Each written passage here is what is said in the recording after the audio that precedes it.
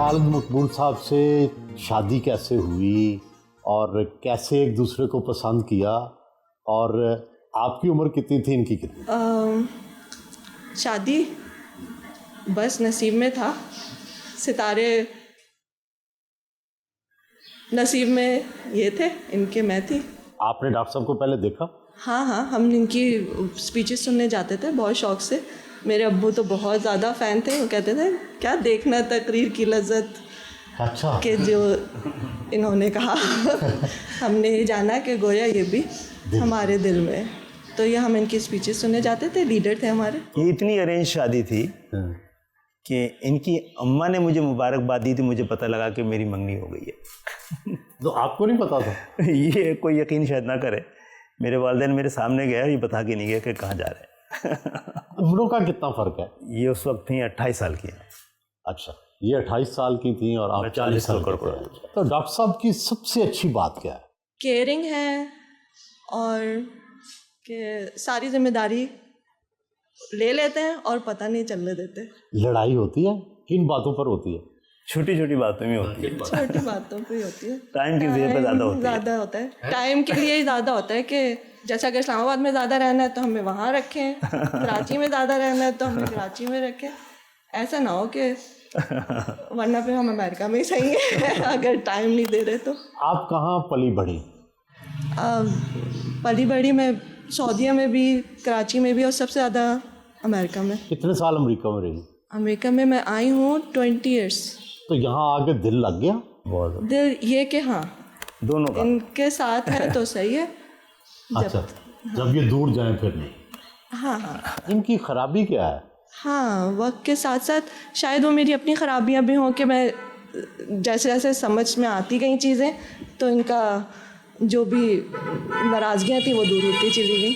کیا ان کی پسند ہے جس کا آپ خیال رکھتے ہیں، کھانے میں، پینے میں، زندگی میں؟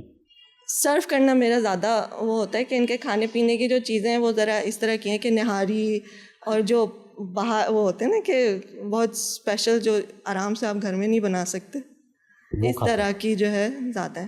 ورنہ گھر میں ہوتے ہیں تو بس آم، دال چاول، اس طرح کی زیادہ فرمائش ہوتی ہے کہ بس ہلکا پھلکا، باہر کی چیزیں زیادہ ہیں۔ تو بس ان کا یہ ہوتا ہے کہ چیزیں ٹائم پہ جیسے میں ہوں تو میرا خیال رکھو، سامنے ہوں۔ گھرداری آپ چلاتی ہیں یا پیسے خود ہی خرچ کرتے ہیں؟ نہیں، خود بھی کرتے ہیں، دے کر مل کے ہی ہوتا ہے زیادہ تر۔ آپ کو شکایت ہوتی ہے تھوڑے دیے؟ ہاں، میں اس میں شکایت نہیں کرتی، مانگ لیتی ہوں اور دے دیتے ہیں، نہیں ہوتے تو نہیں دے پاتے تو انڈرسٹینڈ کر لیتی ہوں۔ اچھا، گڈ، ویری گڈ۔ بابا میں مجھے خرابیاں تو مجھے پتہ نہیں ہے، لیکن ابو تو بڑے اچھے ہیں۔ اچھا، کیا اچھا ہے بتاؤ؟ ٹائم اسپینڈ کرتے ہیں، پتہ ہے مشکل ہے ان کے لیے ٹائم اسپینڈ کرنا، پھر بھی ٹائم اسپینڈ نکالتے ہیں ٹائم میرے لیے، اور کبھی کچھ مجھے کم محسوس نہیں کرتے۔ کیا باتیں آپ سے کرتے ہیں بیٹھ کے، کیا سمجھاتے ہیں؟ گورنمنٹ کے اس کے حساب سے زیادہ کمیونزم کیا ہوتا ہے، کیپٹلزم کیا ہوتا ہے، کس چیز کا ہمیں فرق سمجھنا ہونا چاہیے سب کا۔ ان کو نہیں بٹھا کے ساتھ میں، جیسے ساری اترگل میں نے پھر ساتھ دکھایا ان کو بیٹھ کے، مشکل کام تھا لیکن کووڈ کا دور تھا تو میں نے آسانی سے دیکھ لیا۔ موویز وغیرہ بیٹھ کے ساتھ دیکھتے ہیں۔ بیٹے کیا بننا چاہتے ہو؟ لاء کی طرف ہے میرا، تو ایسا بیرسٹر بنوں گا، ابھی تو لاء پڑھوں گا، ابھی تو میں نے لیا ہے وہ کامرس، تو پھر اس کے آگے انشاءاللہ لاء۔ ہمارے خاندان میں کوئی بھی ڈاکٹر، میرے والد اور سب کے زیادہ تر انجینئر سے، میں ڈاکٹر بنا، پھر سب ڈاکٹر بنے، تو اب یہ لاء پہ تو جانا چاہ رہے ہیں۔ تو بیٹے سیاست میں دلچسپی نہیں ہے؟ نہیں، سیاست نہیں کرنی؟ کیوں؟ شوق نہیں مجھے اتنا، گنجائش بھی نہیں ہے ان کے اندر موروثی سیاست کی۔ پرندوں کا شوق ہے، انہیں گھر میں پال بھی رکھا ہے۔ ڈاکٹر صاحب، یہ چڑیاں طوطے کس کا شوق ہے؟ یہ بیگم صاحبہ کا۔ اچھا، تو کیا ان کی آواز آپ کو اچھی لگتی ہے، آتی ہے؟ اب تو کبھی کبھی کوئل بھی آ جاتی ہے، ان کی آواز سے ہم آواز ہونے، سودنگ قسم کی آوازیں ہوتی ہیں، تو آپ کی میرے خیال سے صحت کے لیے بھی شاید اچھی ہوتی ہیں۔ گھر کے پاس ہی لال قلعہ پارک کی تعمیر کروا رہے ہیں، پارک کے تعمیراتی کام کا جائزہ لیا۔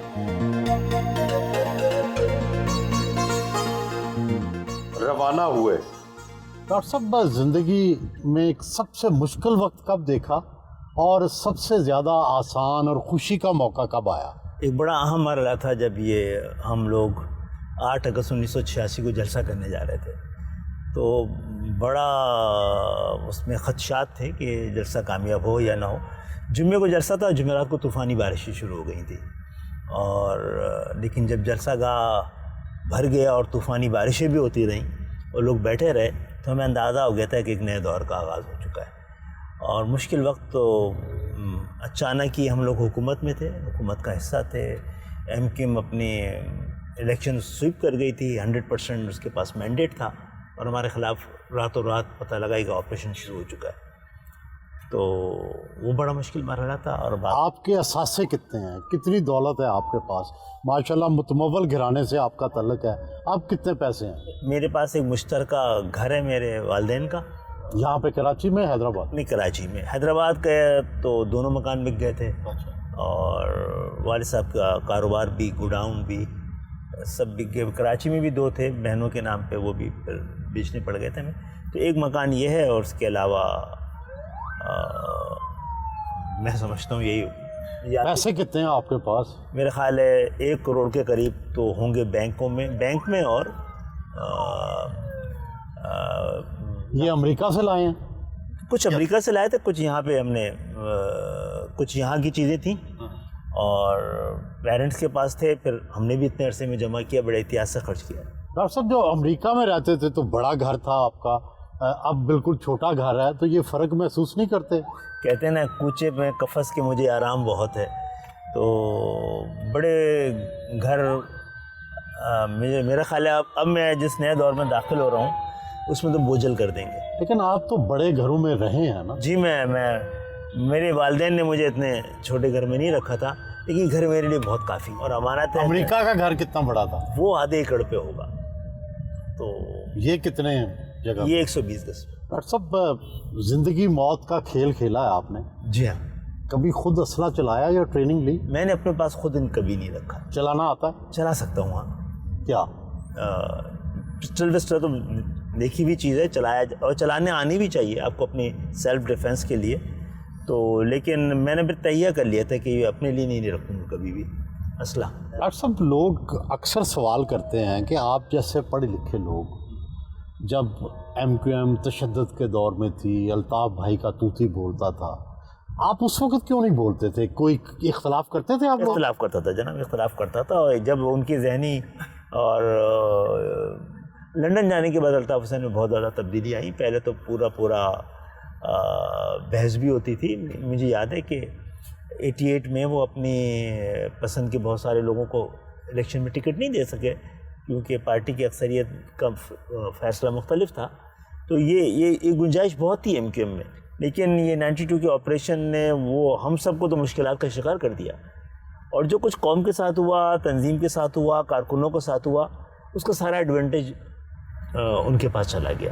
1992 کے بعد آپ اختلاف کرتے رہے؟ 2 طرح سے ہوتے ہیں نا، ایک بار تو وہ رکھ دیتے تھے کہ یہ ہونا ہے، اس پہ اپنی رائے دے دیں، تو یہ رائے تو مختلف ہوتی تھی، اور ان کی رائے سے مختلف ہم نے 97 کے الیکشن بھی جو ہے ان کی رائے تھی کہ نہ لڑا جائے، ہم سب نے کنونس کیا کہ لڑا جائے، اور یہ سب کی مختلف اختلاف رائے تھی، اور انہوں نے پھر مانا یہ بات ہماری۔ ڈاکٹر عمران فاروق کے بعد بھی آپ لوگوں سے کوئی کبھی رائے طلب کی انہوں نے کہ یہ کیا ہوا، کیسے؟ اچھا، میں بنیادی طور پہ تو اس وقت امریکہ میں تھا، اور یہاں کے معاملات سے میں مختلف، اور سچی بات ہے میں ذہنی طور پہ تو فاصلہ کر ہی گیا تھا اسی وقت امریکہ میں، یا اس واقعے سے؟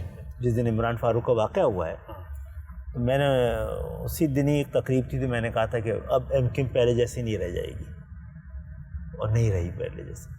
مجھے لگا کہ بہت بڑا ظلم ہو گیا ہے، اور آپ ان کا کریکٹر دیکھیں کہ اتنا طاقتور شخصیت ہونے کے باوجود ان سے کوئی وابستہ مالی، عمران فاروق کی بات کریں جی، کہ ان کی فیملی کس غربت میں رہ رہی ہے، وہ خود آخری وقتوں میں جن حالات سے گزر رہے تھے، اپنی نوکری کر رہے تھے، اپنے گھر کے سامان لا رہے تھے، اور بہت چھوٹے سے گھر میں رہ رہے تھے۔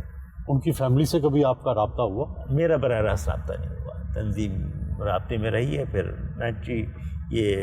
22 اگست کے بعد تو پھر ہر چیز تبدیل ہوتی چلی گئی۔ کیا الطاف بھائی کا ووٹ بینک کبھی بھی ہے کراچی میں، یا سارا آپ لوگ لے گئے ہیں؟ میں نے تو کہا تھا ان کو بھائی ووٹ الیکشن لڑنے کا موقع دیا جائے تاکہ اس بات کی وضاحت ہو جائے. جو 2018 کا الیکشن تھا گو کہ ہمیں ہرا دیا کہ لیکن ہمیں ووٹ تقریباً اتنے ہی پڑے جو پہلے 2 ادوار میں پڑے جاتے تھے. تو ہم کراچی میں شاید ووٹ کی تعداد ہماری سب سے زیادہ ہو, عمران صاحب سے, خان صاحب سے بھی زیادہ ہو, لیکن نشستیں زیادہ ان کی تھی. ڈاکٹر صاحب جو پی ٹی آئی والے ہیں وہ تو بہت الزام لگاتے ہیں کہ 20 سے 24 میں ایم کیو ایم ایک بھی سیٹ نہیں جیتی, انہیں تو بس سیٹیں دے دی گئی. اچھا وہ یہ کہنے میں اخبار جانب ہے, لیکن اگر سچائی سے یہ بتا سکیں کہ 2018 میں کیا کوئی وہ سیٹ جیتے تھے کراچی سے؟ اگر نہیں جیتے تو یہ اعتراض نہیں کر سکتے, اور ہم بڑے دعوے سے کہہ سکتے ہیں کہ ہمارا ووٹ بینک تو 2018 میں بھی انٹیکٹ تھا.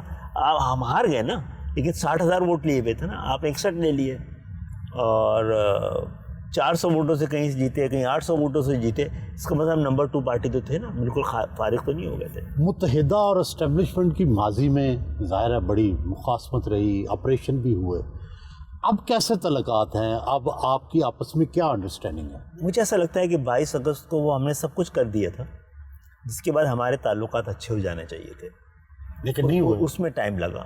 ہمارے ابھی تک آفیسز سیل ہیں سارے جتنے. جو الطاف حسین وہ جو کچھ الطاف حسین نے کیا بھگتا ہم نے, ان سے علیحدگی کا فیصلہ کرنے کے باوجود آفس سارے ہمارے سیل ہیں ابھی بھی. تقریباً 100 کارکنان لاپتہ ہیں ابھی بھی. آپ بتائیے پی ٹی آئی کی کتنے آفیسز سیل ہیں, کتنے لوگ لاپتہ ہیں؟ ہمارے تو 10 سال والے بھی بہت سارے ابھی تک لاپتہ ہیں. مجھے پتہ نہیں کیوں لگتا ہے سہیل بھائی کہ اگر پاکستان میں جتنے ٹرانسپیرنٹ الیکشن کرائے جائیں گے نا, اتنی پولرائزیشن بڑھ جائے گی. تو اس کا مقصد یہ نہیں کہ آپ ٹرانسپیرنٹ الیکشن نہ کرائیں, آپ پولرائزیشن کو ایڈریس کریں, اس کے بغیر کام نہیں چلے گا. اور جب تک پورے ملک کو برابر کا وفادار, برابر کا حقدار نہیں سمجھیں گے, یہ ملک آگے نہیں بڑھا جا سکتا. یہ ملک صرف انصاف سے جوڑا رکھا جا سکتا ہے.